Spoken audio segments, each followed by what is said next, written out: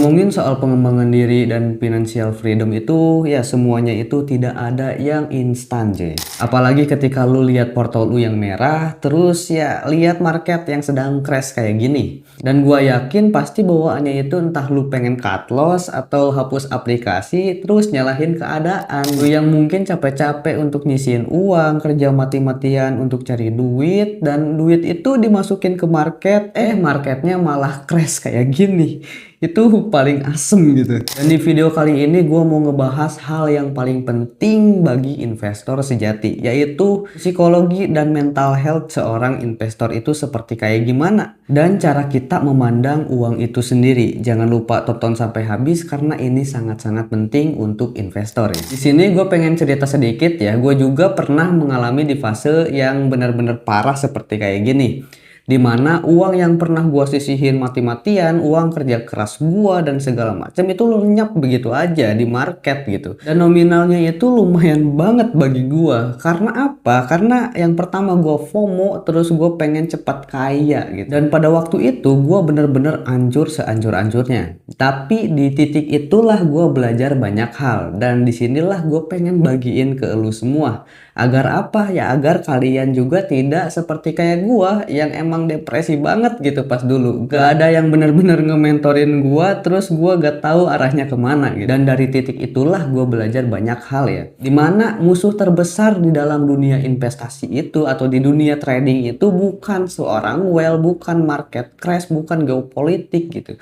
Tapi ya diri kita sendiri gitu. Dari emosi yang kita harus lakukan di market, kita harus bisa mengendalikan itu semua. Karena jangan salah, kalau misalnya emosi sudah mengambil alih diri kita, ya kita itu udah bukan investasi lagi gitu. Dan dari sinilah pelan-pelan gua membangun sistem gua sendiri. Gua ubah cara main gua di kripto, dan gua tetap tenang untuk stay di market kripto tanpa harus jantungan lihat chart tiap jam, tiap menit, tiap detik di kripto.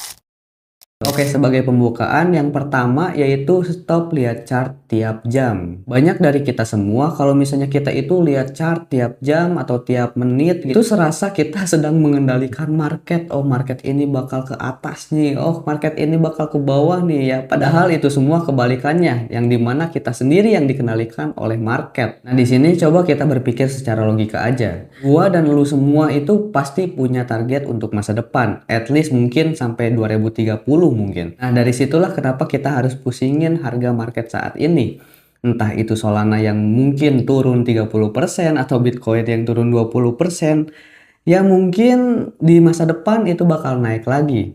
Tetapi beda cerita kalau misalnya kalian itu trading ya. Kalau trading ya pasti mungkin kalian rungkat sampai nol. Kalau kita investing itu mungkin ya bisa sabar juga gitu. Cuman ketika kalian trading, alangkah baiknya kalian untuk menutup posisi kalian serapat-rapatnya dan udah tunggu dulu, istirahat dulu sampai benar-benar stabil emosinya. Baru mungkin masuk lagi ke dunia trading ya. Nah, untuk investor juga ya, kenapa ini sangat-sangat penting? Karena ketika market sedang crash kayak gini, kadang-kadang jari kita itu gatal untuk memencet tombol sell gitu di exchange itu, untuk cut loss dengan berpikiran wah mungkin ini tidak ada harapan. Padahal dengan tindakan tersebut mungkin kita juga bakal menyesal di kemudian hari ketika udah rally lagi. Karena seperti yang kita tahu ya, di market ini sangat-sangat demokrasi. Dengan kalian emosi di market, otomatis kalian tidak bisa melakukan keputusan yang benar-benar rasional, dan kalian juga tidak bisa menyalahkan siapapun. Kalian mau nyalahin siapa? Pemerintah. Oh, pemerintah kan tidak tahu menahu kalian trading, atau mau lapor polisi gitu. Toh kalian sendiri yang mencet tombol-tombolnya ya kan? Nah, untuk kalian semua dari sekarang ubah time frame trading view lu. Jangan kebanyakan memakai time frame yang mungkin berdekatan lah, seperti daily atau enggak ya 4 jam, 1 jam, apalagi 15 menit lah gitu. Ubah time frame-nya jadi mingguan atau enggak bulanan untuk melihat oh pergerakan market itu sedang sideways, oh pergerakan market itu sedang rally, oh lagi koreksi. Biar tahu lah, biar jelas gitu. Dan kita juga bisa berpikiran jernih di otak itu. Enggak terburu-buru, enggak tergesa-gesa untuk mengambil keputusan di market ini. Dan poin yang kedua tidak kalah penting, yaitu jangan sesekali untuk balas dendam di market cryptocurrency. Untuk hal ini gue udah menyebut ini sebagai penyakit, benar-benar penyakit dan emang harus diobati. Kenapa? Karena pas lihat Porto lagi merah berdarah ini, yaitu ego kita paling gak terima ya. Pasti ego kita itu, wah gua harus balas dendam nih, gua harus ngebalikin uang yang gua udah sisihin capek-capek nih. Ini tidak terima nih, pasti kayak gitulah, pasti panas lah kita semua. Dan boom, disitulah lu sedang menangkap pisau yang jatuh. Alhasil lu rungkat sampai nol. Apalagi ada juga yang rungkat sampai minus gitu. Sampai kena surat ya, surat cinta dari exchange, harus bayar tagihan gitu, kayak hutang lah ya. Karena biasanya kalau misalnya lagi di titik depresi ini, godaan setan mulai datang biasanya.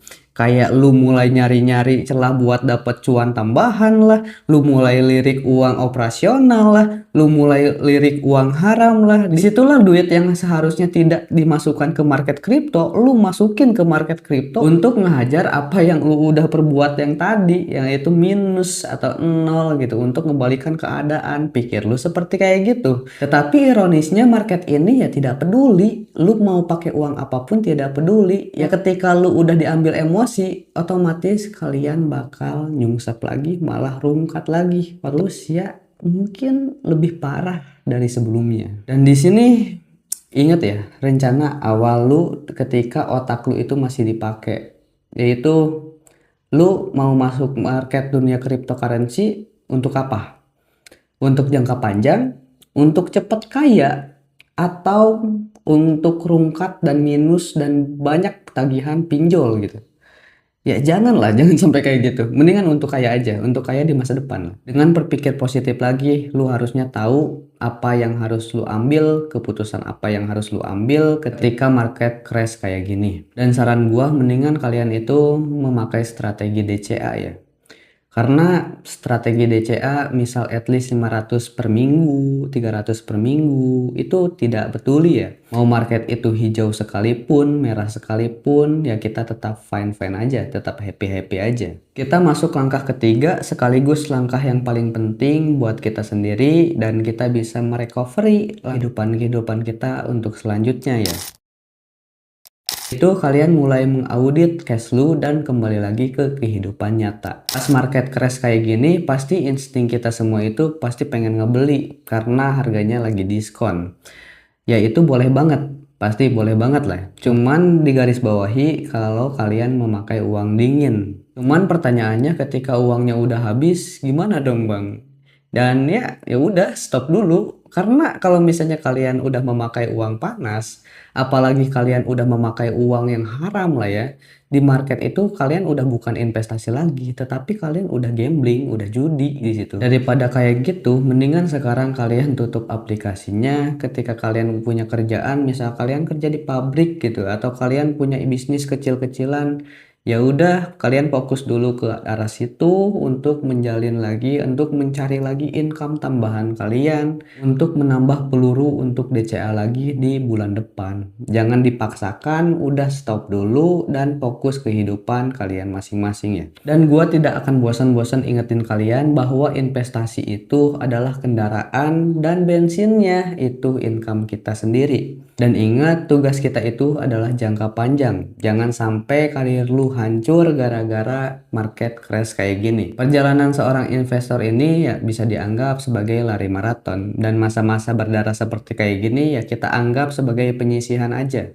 Dimana investor sejati dan dimana investor yang cuma numpang lewat gitu. Mereka yang panik yang mungkin bakal rontok, dan mereka yang bertahan yang kuat mungkin bakal sukses di kemudian hari. Dan gue pernah cuy ditanya sama orang seperti kayak gini, bang, ketika market crash seperti ini kok lu kelihatan tenang banget ya, apa sih rahasianya? Jujur mungkin ya dari pengalaman gue yang dulu, seiring berjalannya waktu mungkin gue udah sadar dan gue udah pelajari semuanya. Dan gue juga tidak sedikit kok gue dapat lika-liku di market, gue pernah crash di market, rugi puluhan juta di market, dan gue sadar juga gitu. Gue ingin channel gue bisa memberikan manfaat untuk kalian yang mungkin sedang depresi, dan kalian bisa tetap semangat dan terus stay strong di market cryptocurrency ini. Dan gue harap di video kali ini juga bisa ngebantu kalian dan meringankan sedikit beban kalian ya. Jangan pernah menyerah di market, terus pelajari sedikit demi sedikit. Gue yakin kok kalian itu tidak lemah ya.